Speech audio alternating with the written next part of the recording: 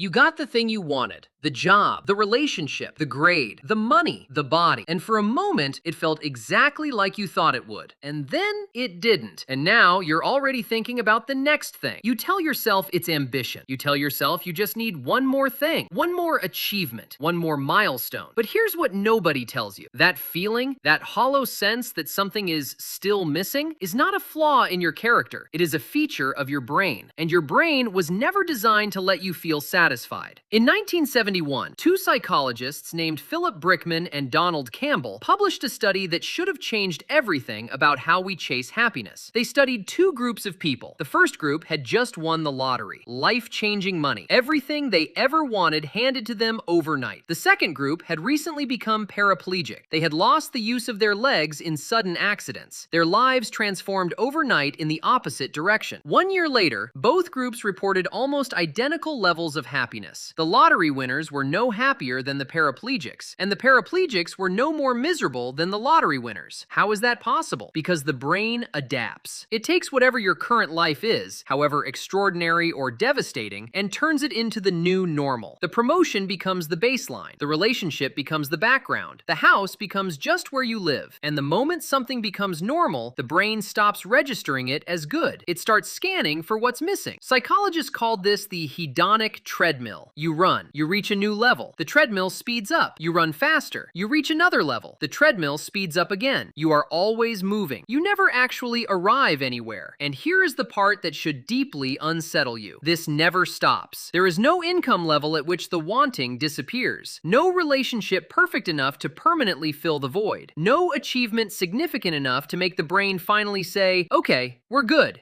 We can stop now. The brain never says that, because it was never built to say that. Here is one of the most misunderstood facts in neuroscience. Dopamine is not the pleasure chemical. Everyone thinks dopamine is about feeling good, about reward, about satisfaction. It is not. Dopamine is the wanting chemical. Neuroscientist Kent Berridge spent decades separating two systems in the brain, the wanting system and the liking system. And what he found should alarm you. They are completely separate. Wanting and identifying are not the same thing. Dopamine spikes before you get the thing, not after. It is the anticipation, the almost, the not yet. The moment you get the thing, dopamine crashes, and your brain immediately starts scanning for the next thing to want. Think about the last time you ordered something online. The excitement of choosing it, the tracking, the checking the app, the notification that it's out for delivery, and then it arrives. And within 24 hours, it's just another object in your room. The wanting felt better than the having, because dopamine was never designed to reward arrival. It was designed to drive pursuit. This is exactly what social media exploits. Every notification is a dopamine spike of anticipation. Did someone like it? Did someone reply? Did something happen? You check your phone even when you know nothing has happened, because your brain is not looking for information. It is chasing the feeling of almost finding something. You are not chasing satisfaction. You are chasing the feeling of almost having it, and you can chase that feeling forever because you can never permanently catch it. Psychologist Tal Ben-Shahar gave a name to the most dangerous thought pattern in the human mind. He called it the arrival fallacy, the belief that when you reach a certain destination, you will finally feel okay. I will be happy when I get this job. I will be happy when I am in this relationship. I will be happy when I have this much money. I will be happy when I lose this weight. When? The problem is not the goal. Goals are useful. Ambition is useful. The problem is the belief that arrival will permanently change how you feel, because every arrival creates a new departure. You get the job and immediately start worrying about keeping it, getting promoted, not being good enough.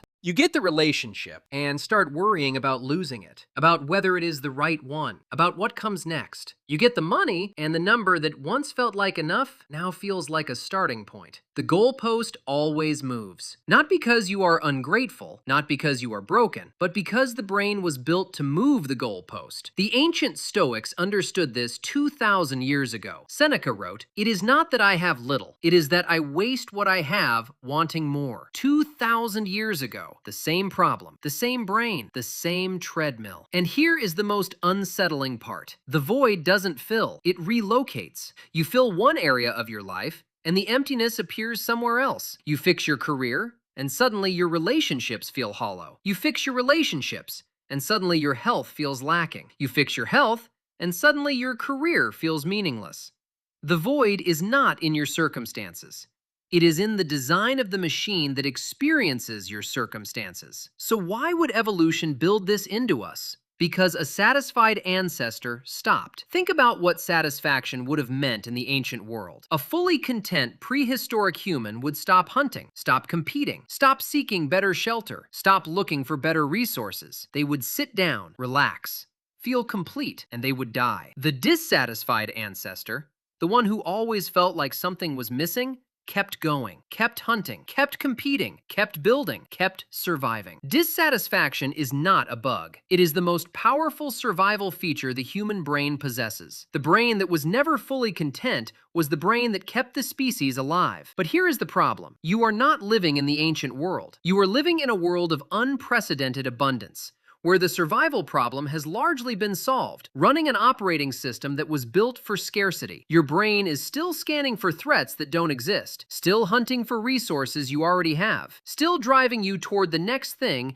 as if your survival depends on it. You are a survival machine running in a world it was never built for, and the result is a species that can be miserable in paradise, that can have everything: food, shelter, safety, connection, comfort, and still lie awake at night feeling like something fundamental is missing. Because something is missing, not from your life, from your brain's capacity to recognize what it already has. You will never prepared.